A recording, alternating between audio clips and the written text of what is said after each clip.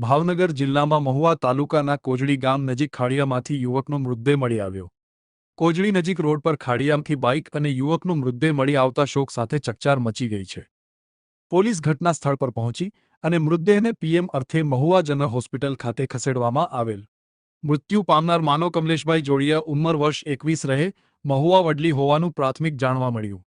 જોકે જાણવા મળેલ કે આ યુવાનનું મોડી રાત્રે બાઇક સ્લીપ કે અકસ્માત સર્જાયો હોય તેવું અનુમાન લગાવવામાં આવી રહ્યું હતું. આ યુવાનનું મૃત્યુ બાઇક સ્લીપ થવાથી કે અન્ય કોઈ વાહન અડફેટે અકસ્માત સર્જ્યો હોય તે મહુવા ટાઉન પોલીસ માટે તપાસનો વિષય બન્યો છે.